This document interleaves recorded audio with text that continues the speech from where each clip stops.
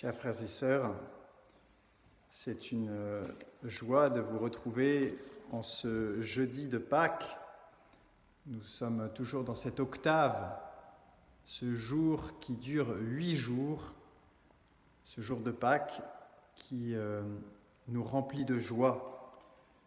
Oui, le Seigneur est ressuscité et il apparaît cette fois donc à ses disciples, réunis tous ensemble, les 11, ainsi que les 2 disciples d'Emmaüs qui viennent de raconter leur expérience à eux lorsqu'ils ont reconnu Jésus à la fraction du pain.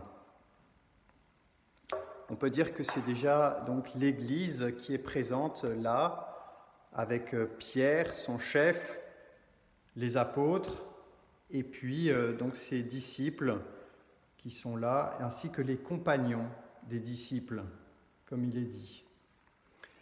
Et Jésus va bien insister sur la réalité palpable de la résurrection. Jésus n'est pas un esprit, Jésus n'est pas un fantôme. Et c'est vrai que dans notre esprit aujourd'hui du XXIe siècle, eh bien, nous pouvons peut-être croire que la résurrection est quelque chose d'irréel. En tout cas, elle apparaît pour beaucoup de nos contemporains. On sent bien que le mot même de résurrection ne veut pas dire grand-chose pour ceux qui n'ont pas la foi en Jésus-Christ.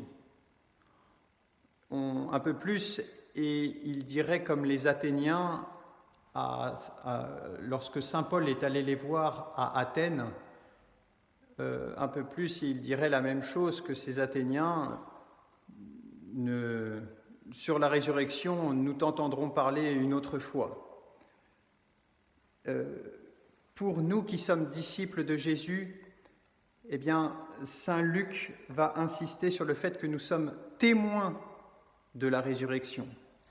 Nous sommes témoins de la résurrection exactement comme les apôtres eux-mêmes ont été témoins de la résurrection. Ils l'ont vu ressusciter, ils l'ont vu manger du poisson grillé devant eux. Donc cette réalité-là, il faut qu'elle soit présente vraiment à nos yeux, et pour ne pas défaillir dans cette foi au Seigneur Jésus ressuscité, sur cette réalité-là, invisible à nos yeux mais pourtant bien présente, Jésus nous